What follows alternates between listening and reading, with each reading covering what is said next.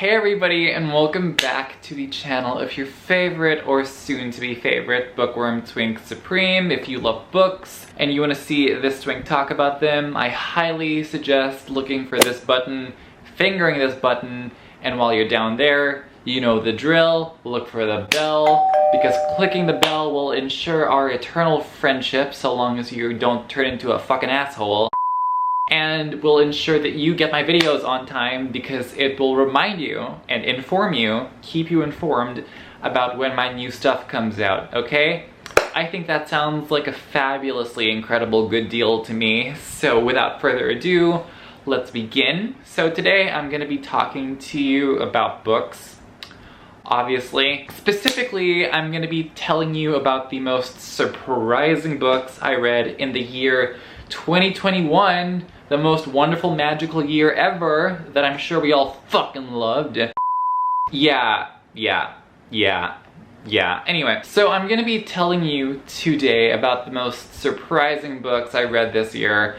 And this isn't gonna be the best books I read this year because this year isn't over, so I still have to get to certain books that I think I might love before I wrap up for the year. So that's not gonna be that list. So these are the books that I did not expect to like or did not think I would like as much as I did, and was incredibly surprised to find out that they meant something to me after I finished reading them. So if you'd like to join me on this wonderful journey of finding out what books made me audibly gasp this year, stay tuned. Because I'm gonna start like right now, like literally right now. The list begins right now. A few moments later. And the list begins with the book A Single Man by Christopher Isherwood. I hate classics. I do. I just can't stand them. I find them to be quite boring.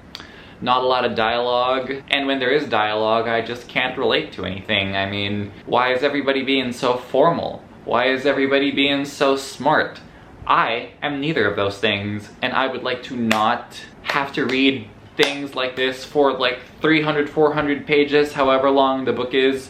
So imagine my surprise when I read this book, picked it up, and I'll tell you why I picked it up. I picked this up because everybody's favorite bestie, the King of England himself, the King of Paris too apparently, direct descendant of fucking royalty, and the king of puns, the king of all the things, Jack Edwards. He put out a video, which was basically a holiday gift guide.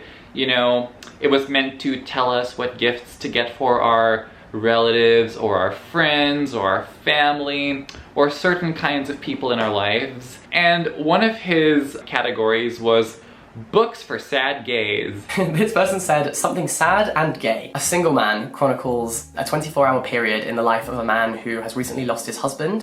And I was just like, hi, didn't know much about this, but I was like, why buy gifts for others when you can practice self-love and give gifts to yourself? So I got the book for myself. I love this book so much. It was so good. The book was incredible. This basically follows a guy who's gay. He lived in the 60s, so basically times were very conservative back then, and he had to be in the closet lest he be shamed from society and potentially have his job taken from him. And his lover dies. So the book is about our main character, George, as he goes about his day living with grief in a world that doesn't want to acknowledge his existence or thinks his existence is an abomination. And we see his rage at the world. We see how angry he is. We see how sad he is. We see the hell inside his head. And I just love this book so much. 10 out of 10. Highly recommend. I couldn't get enough. I was so shocked that a classic of all things was doing this magic for me. Might do a full video on this, a la Secret History style. You know the vibe. We shall see, okay? No promises, but I would like to. So on a very similar note, another book I really enjoyed that I didn't think I would, which if you love classics, if you love, you know, proper books with elegant people like A Single Man, you're probably gonna love Ritualistic Human Sacrifice by C.V. Hunt, because I loved this book. So this is a book I read for a readathon hosted by my very good friend, Gabby from Gabby Reads. And I vlogged it for her readathon called Camp Weekend Ween. That's this vlog. I'm gonna link it down below. Be sure to watch that vlog after because it was chaotic as don't miss it. So we basically follow this guy, his name is Nick Graves, and he is blindsided by his wife because she gets herself pregnant despite the fact that they agreed to have a childless marriage. And so in order to get back at her, he randomly decides to move houses in this random place that's in the middle of nowhere that has some really sketchy people, and some really sketchy things end up happening, obviously. What I really loved about this book was the commentary from the main character, Nick. This whole book takes place from his point of view, and his commentary is gonna really make it or break it for you guys, because it's either you're on board with his particular snarky brand of cynicism, or you're gonna hate it. I ended up loving it though, because he was so brutally honest and funny. Like, this book was hilarious, despite its title, despite what happens, despite the things he is brutally honest about. This book had me bent over laughing in parts, and I just loved it. I just did. I don't know. It worked for me. It's my brand of horror. It's my brand of humor. Good stuff. So the next book that super surprised me and came out of nowhere is A Dowry of Blood by S.T. Gibson. Okay, but wait. Here's the thing, okay? Because I hate romance, and I hate vampires. Twilight, can't stand that shit.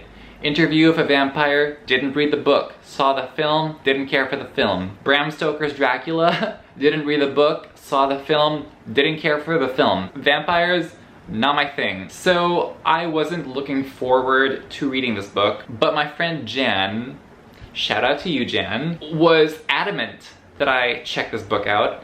And I was like, you know what?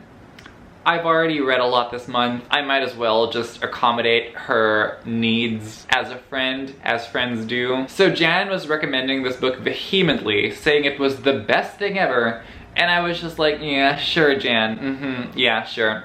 Yeah. I can't believe I'm saying this, but this is one of the best books my eyes have ever seen. I am not even kidding. This book came out of nowhere, and I was shocked and gasping at how incredible this book was. This is a retelling of the story of Dracula's brides from the point of view of his first bride, Constanta, and we follow the seasons of their relationship, like the blossoming of their relationships in spring, and the whirlwind courtship that followed in summer, and the heat of the passion. And it's a polyamorous relationship, so you have another girl comes in, another guy comes in, and it's all perfect and bliss until Alexa play Perfect Illusion by Lady Gaga, because that's what this story turned out being. There's an airplane flying above me, okay? So let's just enjoy the ambient sounds of wind resistance that cameras, for some reason, in 2021 can't get rid of. We love that for us. Thank you so much, technology. Thank you. Seriously, thank you. The love story turns out to be a perfect illusion, and this book really describes what it's like being in a relationship and watching things go sour, watching things go bad, watching what you thought was true love morph into emotional abuse and emotional blackmail. And it's just so heartbreaking when it's sad, but so achingly romantic when it's romantic. And the story takes place throughout Europe's history. We end up in Italy, we end up in France, we end up in Russia during the Russian Revolution, and the tumultuousness of their relationship mirrors what was happening in Europe during that history. And I just couldn't get enough of this book. I loved it so much. It was a perfect book in my opinion from start to finish. Jan, you did good with this recommendation. Okay, so another book that surprised me, I don't know if I would call this a good book, but I would certainly call it one of the most entertaining books my eyes have ever read. One day I was bored, and so I went on Google with my beautiful little fingers and typed horror books with cannibalism, as one does. And I got the ebook of the very first book recommended on that page, and that book was Succulent Prey by Wrath James White. If you know, you know. And if you don't know, and if you want to know more, I vlogged the whole entire reading experience over here. Check that vlog out. So, Succulent Prey. We follow a guy named Joe. When he was a kid, he was kidnapped by a cannibal, tortured the fuck out of him, hard cut to the future. Joe is now a college student and he begins to suspect that, just like with vampirism, he has acquired the taste of human flesh because he was given it as a child when he was kidnapped. And that's all I'm gonna say from there. This book is one of the most hilarious books I have ever read. It is funny, it is super, super gory. Like, this is extreme horror as it was meant to be. I just dug it. I really dug it. I really enjoy this book, and it surprised the hell out of me. It'll probably surprise the hell out of you. But be careful, she's not for the faint of heart. So, proceed with caution. Just like my next book that I'm gonna talk about, and this is probably the actual book that fucked me up the most, and I love it for that, but I also hate it for that, but I love it for that. Riddle me this. How does a book get away with this much and not end up in prison, not end up on an electric chair? Who is the target demographic for this book? Clearly it is me. What that says about me, I don't know. That is up for you to decide. And that book is The Summer I Died by Ryan C. Thomas. Okay, so let me, just hear me out, okay? I do this thing on my channel. It is a vlog series called Reading the Most Disturbing Books Ever Written. I have part 1 over here, part 2 over here, part 2.5 over here, and part 3 over here. Okay, in part 1, somebody in the comment section was like, you like disturbing books? You're gonna like The Summer I Died. It messed me up. And I was like, I wanna get messed up too. So I got the book, I read the book, and bitch, this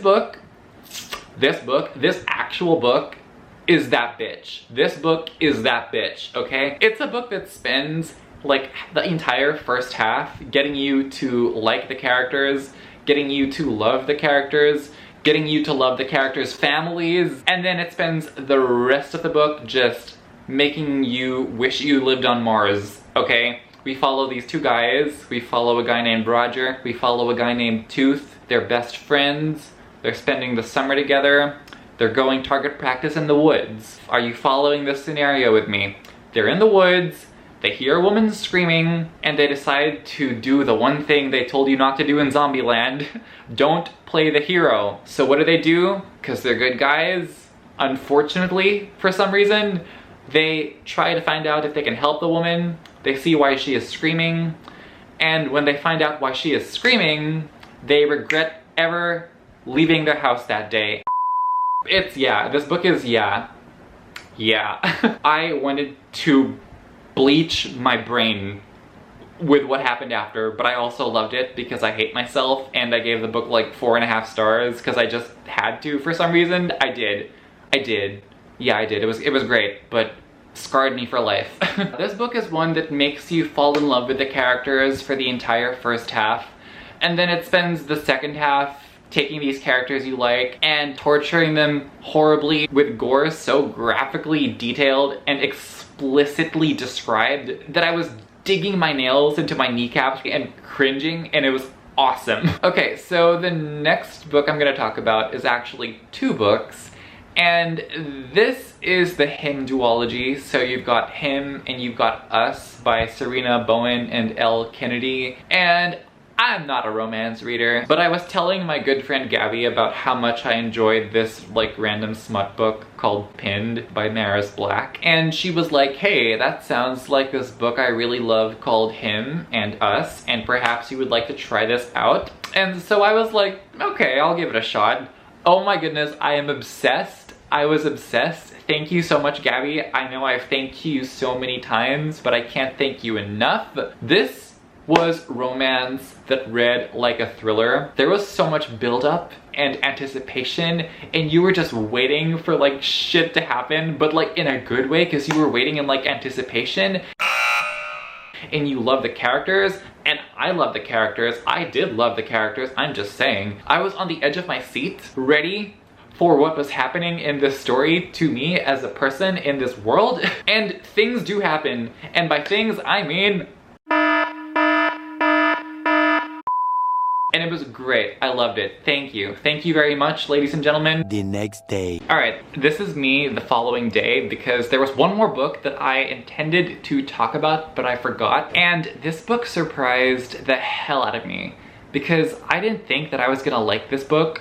Also, I went in with completely false expectations, and that book is Yes Daddy by Jonathan Parks Ramage. Okay, here's the thing. This book was one that I read expecting to be like a smut, a full-on Brian De Palma smut, a trashy thriller, and it kind of was that for like the first act, but then it turned into a beautiful story about forgiveness and finding oneself. It's about this guy who is having a tough time in New York, so he seduces this much older man and ends up in this extremely abusive relationship, and that relationship has consequences. And this book is actually a really beautiful book about forgiveness. It talks about, you know, male victims of sexual abuse specifically. It's a Me Too story, but one that comes from a different lens. I was very impressed by it. I thought it was very smart. It's not a thriller, it's more of a drama. I didn't expect to love it, but I did.